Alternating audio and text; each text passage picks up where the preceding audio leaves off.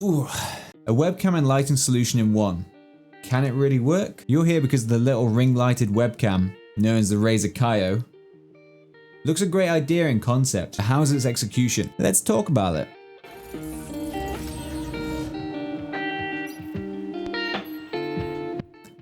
First off, in my opinion, why is my phone going off? Gah! People, I'm recording right now. What are you doing?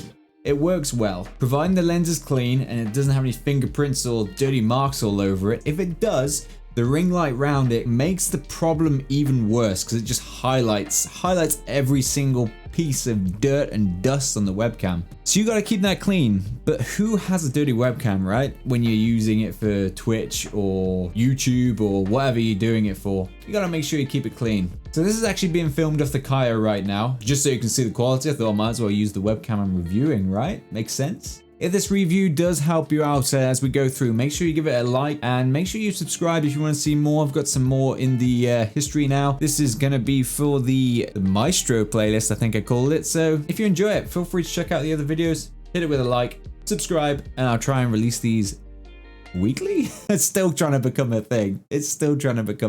Also, let me know your thoughts at the bottom of the video. What webcam do you use? Do you have a Razer Kiyo? Do you have any issues with it? I'd love to know. I'm actually the only person that I know personally that actually uses one of these, and we'll find out towards the end what I think of them. So let's talk about specs.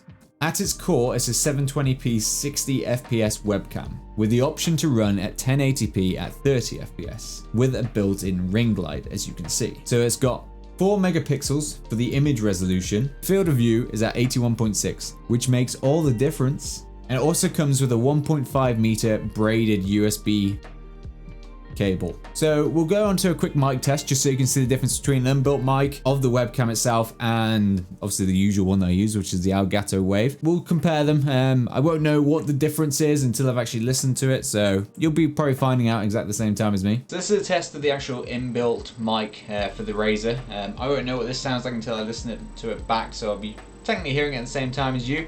This is what it sounds like when I get kind of quite close. You can probably actually hear the PC fans and things. And this is what it sounds like if I'm quite far away. You probably like pick up quite a bit of echo in the room.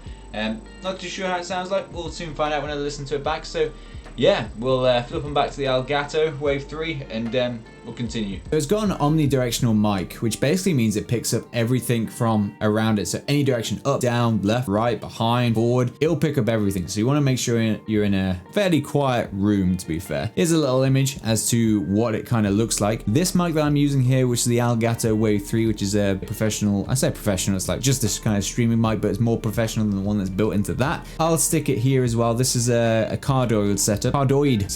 Yes, pretty sure that's correct. Yeah, and you can see the difference there. It kind of picks up within the front. Doesn't really pick up anything in the back, so you can control the amount of pickup that it actually has. So yeah, you're not going to get the best kind of mic audio quality out of the one built in, but if that's all you can afford when you're just starting out, it'll probably do you fine. Just make sure you're in a quiet room, okay?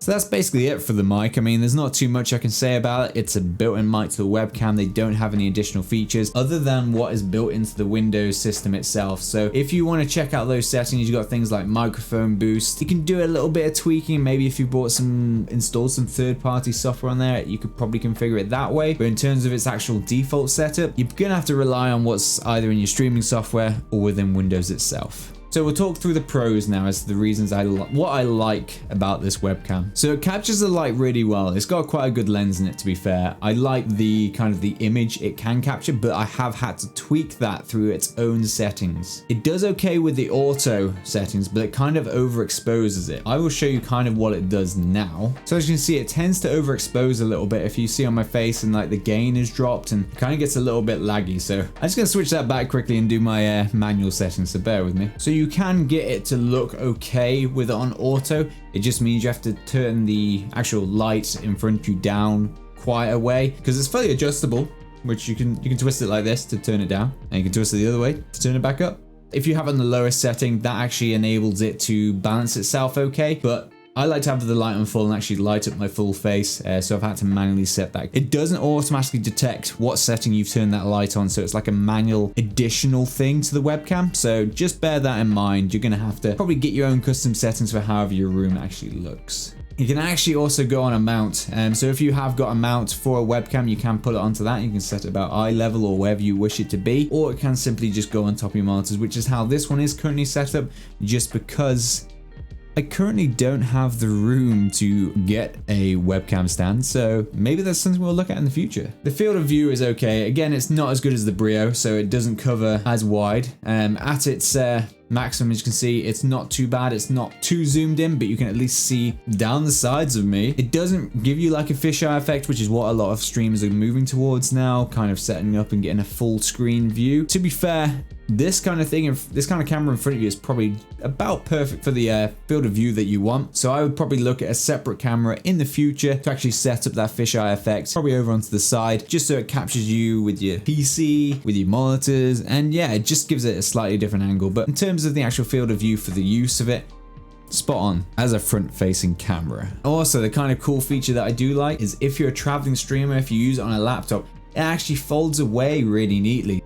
It's just so compact. I mean, you'd probably want to put that in a little microfiber bag to keep it safer, but in terms of it folding down like that, you know it's going to be less likely to get damaged, to be fair, and it should keep it kind of safe. So the cons, here we go. There's a small list of this and a few gripes, but I've learned to live with them, to be fair. So here you go. Let's talk about these ones. So I really don't like the Razer software. It is so bad at trying to configure this webcam. The best way to actually configure it is to use the inbuilt Windows webcam options, which you get with the normal default Windows drivers for a webcam. Use those instead. The Razer stuff just isn't there. You might as well install it just for the drivers, leave it running in the background of the Synapse 3, and just configure it in Windows, or do the color correction within your streaming app itself. So I've done mine using the Windows app, and I could have done it in Streamlabs, but I've managed to sort it out via Windows. But on to my next point. The camera sometimes actually forgets the settings you've put in it. Don't know how, don't know why, don't know if it's just my PC. It'd be great to know if any of you are actually getting that problem. Let me know. It just resets itself, and then you have to undo all the auto settings, manually set it. So whenever I stream or do a YouTube video,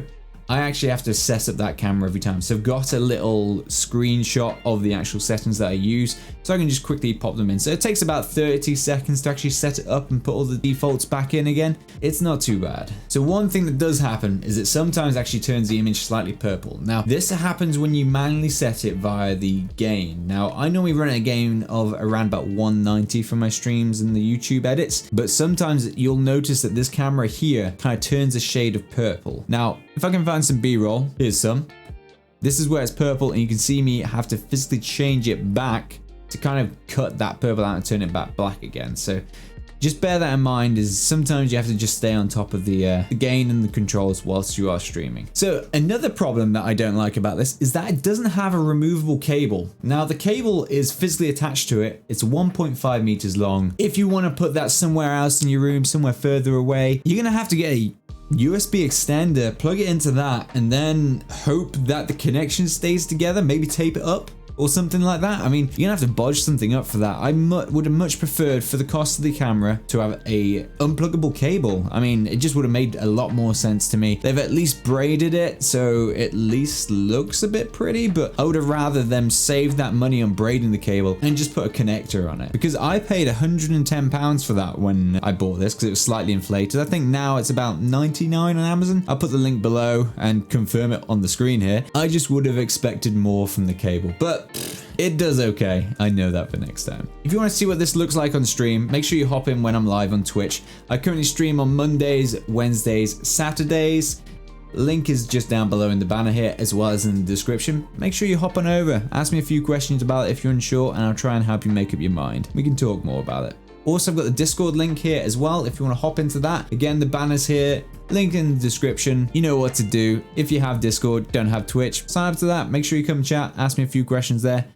Always up for answering them. We've also got a few extra people in there who are skilled enough to also answer them. So yeah, someone's always on hand to help you. But would I buy it again? That's the question. Probably. It works perfectly well in this small room that I'm in. It's not big. I can literally touch both sides of the walls with my hands. It'll do fine. If you got a small room, like if I was in a much bigger one, I'd probably need something with a bit better lighting, because if I was further away, this little ring light isn't gonna do anything, and then it's just a gimmick. I also kind of like the little kind of like ring it gives in your eyes. It kind of like makes you a bit more like anime-esque. I don't know, makes you look a little bit more beautiful, I think.